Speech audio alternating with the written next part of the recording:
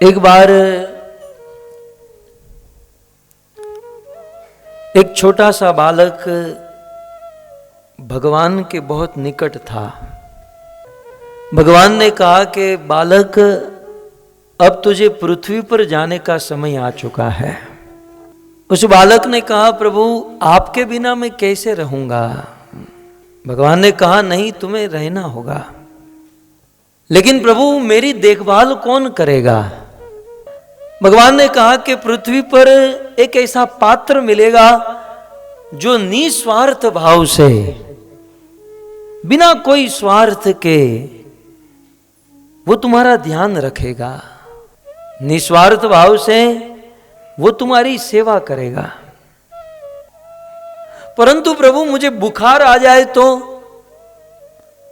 मेरा इलाज कौन करेगा। बोले वो एक पात्र है, वो तुम्हारा इलाज भी कराएगा। प्रभु मुझे भूख लगेगी तो मुझे खाना कौन खिलाएगा। बोले चिंता मत करो, मैंने पूरी व्यवस्था कर दी है। प्रभु कोई मुझे डांटे, कोई मुझे मारे, और यदि मैं रोने लगूं तो मुझे शांत कौन करेगा। चिंता मत करो, मैंने तुम्हारी सारी व्यवस्था कर रखी है। तब तक तो उस बालक को धरती पर आने की तैयारी हो गई, और यहां की ट्रैफिक का आवाज, हॉर्न का आवाज, पब्लिक का आवाज, फ्लाइट का आवाज, ये सारे आवाज आने लगे। और बस अब भगवान से बिछड़ने की अंतिम घड़ी, और उस बालक ने लास्ट क्वेश्चन पूछा, प्रभु आपने सब कुछ बताया, लेकिन वो पात्र है कौन। तब भगवान ने कहा कि वो और कोई नहीं, वो तुम्हारी मां है। वैकुंठ का ईश्वर तो राम और कृष्ण है, लेकिन धरती का ईश्वर कौन, यदि कोई पूछे तो वो मां है। ज्यादा तो नहीं जानते हैं, लेकिन गुरुदेव के मुख से सुना है कि भगवान अपने भक्तों से कैसा प्रेम करते हैं, भगवान अपने भक्तों की रक्षा कैसे करते हैं।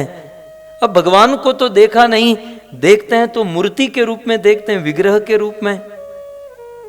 वो ईश्वर कैसा होगा, वो ईश्वर अपने भक्तों से प्रेम कैसा करता होगा। यदि ये आपको जानना है, समझना है, तो एक बार अपनी मां को देख लीजिए। मां भगवान का स्वरूप है। मां ईश्वर की छवि मां के अंदर उतरी है। अपने गुजराती लोग છે ને બેઠા છે ને, मोढ़े बोलू मां तो मने मारू नानपण सांभरे हैं।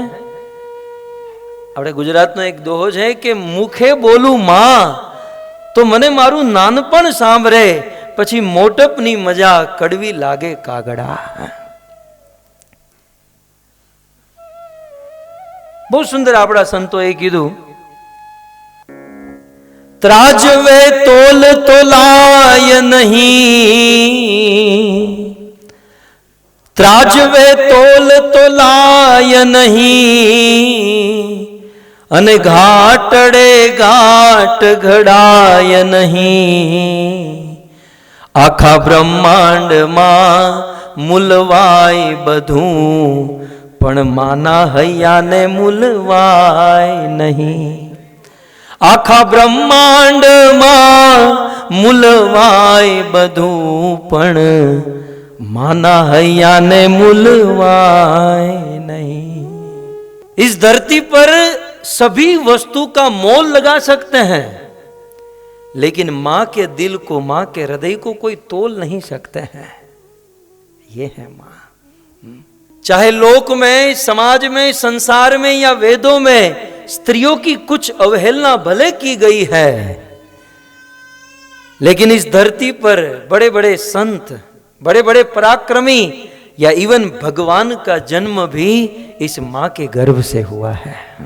नारी शक्ति की बड़ी महिमा है भक्तों। भगवत गीता के प्रथम अध्याय में ही अर्जुन की सबसे बड़ी चिंता नारी के लिए है, स्त्रियों के लिए है। नहीं तो अर्जुन पूरी दुनिया का सर्वश्रेष्ठ धनुर्धर, गांडीवधारी, द्रोणाचार्य का फेवरेट शिष्य था। वरदान दिया था कि अर्जुन तू कभी किसी से हारेगा नहीं। और ये अर्जुन कुरुक्षेत्र के रणांगन में बख्तर पहनकर अनेक प्रकार के अस्त्र शस्त्रों से सुसज्जित होकर कुरुक्षेत्र की भूमि में आया और कृष्ण को क्या ऑर्डर किया, सैन्योर उभयोर मध्य रथम स्थापित में अच्युत, हे कृष्ण मेरा रथ दोनों सेना के बीच में लेकर जाओ ताकि नजीक से टारगेट ले लूं, पहले किसको उड़ाना है, बाद में किसको, तीसरा किसको। पूरा उत्साह में था अर्जुन, लेकिन थोड़ा सा विचार किया तो अर्जुन ने अपना मन बदल दिया कि केशव, कृष्ण मैं युद्ध नहीं करूंगा। अब युद्ध नहीं करने के बहुत सारे कारण थे, समझ रहे हैं ना। कृष्ण ने कहा अर्जुन युद्ध करो, युद्ध करो। अर्जुन एक के बाद एक कारण दे रहा था कि युद्ध नहीं करूंगा, नहीं करूंगा। एक कारण तो बड़ी हंसी आती है। अर्जुन कहता है कृष्ण आप कहो युद्ध करो। अब युद्ध करके क्या मिलेगा, मैं हस्तिनापुर को जीतूंगा, युद्ध करके मैं बहुत बड़ा राज्य जीतूंगा, लेकिन राज्य जीतने के बाद, ये बहुत बड़ा साम्राज्य जीतने के बाद मैं किसको दिखाऊंगा। दिखाने वाले, देखने वाले तो बचेंगे नहीं, दिखाने के लिए। तो अर्जुन के बहुत सारे रीजन थे युद्ध नहीं करने के। उनमें सबसे बड़ा कारण क्या था, स्त्रियां। अर्जुन कहते हैं अधर्म अभिभवात कृष्ण प्रदुष्यंती कुलस्त्रिय स्त्रीषु दृष्टासु वाष्णेय जायते वर्ण संकर। हे कृष्ण मैं युद्ध करूं, लेकिन युद्ध करने से यहां पर जितने भी पुरुष आए हैं सबका विनाश हो जाएगा। यहां पर कई स्त्रियों के पति हैं, कई स्त्रियों के पिता हैं और कई स्त्रियों के बेटे हैं, और यदि इन पुरुषों के का साम्राज्य का विनाश हो जाएगा तो स्त्रियों का ध्यान कौन रखेगा। और यदि स्त्रियां प्रदूषित हो गई, अर्जुन भगवत गीता का प्रथम अध्याय, अर्जुन कहते हैं कृष्ण यदि हमारे समाज की, हमारे परिवार की, हमारी कुटुंब की स्त्रियों में यदि दोष आ गया, स्त्रीषु दुष्टाशु वार्ष्णेय कृष्ण का नाम है, वृष्णि वंश में जन्म हुआ। हे वार्ष्णेय, हे कृष्ण यदि स्त्रियां दूषित हो गई तो जायते वर्ण संकर। अधर्म अभिभवात कृष्ण प्रदुष्यंती कुलस्त्री। एक बहुत सुंदर बात, इस समाज में सबसे बड़ा और सबसे प्रायोरिटी में सबसे पहला प्रोटेक्शन स्त्रियों का होना चाहिए। सफल नारी की कथा सुन रहे हैं भाई।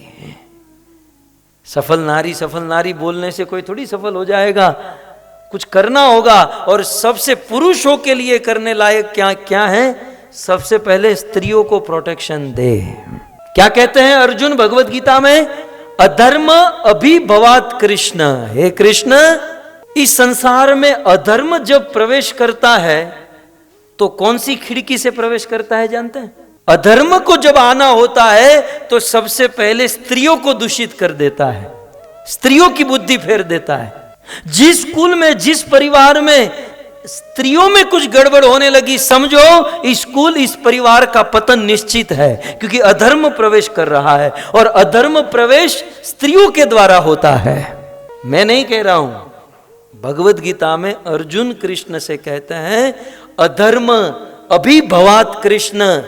जब अधर्म आएगा तो सबसे पहले प्रदुष्यंती कुल स्त्रिय, हमारे कुल की स्त्रियां प्रदूषित होगी। और स्त्रियों को यदि आंच आ गई तो जायते वर्ण संकर, तो वर्ण संकर प्रजा उत्पन्न होगी। और वर्ण संकर प्रजा संकरो नरकायेव कुल ज्ञाना कुलस्य च पतंती पितरो येषा लुप्त पिंडो दकः क्रिया। और फिर आने वाली प्रजा संस्कारों को भूल जाएगी। और संस्कार भूलने के कारण हमारे पिता, हमारे पितृ, हमारे पेरेंट्स यदि स्वर्ग में भी गए हो, लेकिन इनके दूषित आचरण से स्वर्ग में गए हुए पेरेंट्स नरक में चले जाएंगे। इसलिए कृष्ण, स्त्रियों का ध्यान रखना अत्यंत आवश्यक है। मैं स्त्रियों को बचाने के लिए युद्ध नहीं करूंगा। स्त्री की बड़ी महिमा है। तो समाज का उत्थान या समाज का पतन स्त्रियों के हाथ में है। सबसे पहले वीडियो पाने के लिए लाल गोविंदास यूट्यूब चैनल को सब्सक्राइब करें और बेल आइकॉन को प्रेस करना ना भूलें।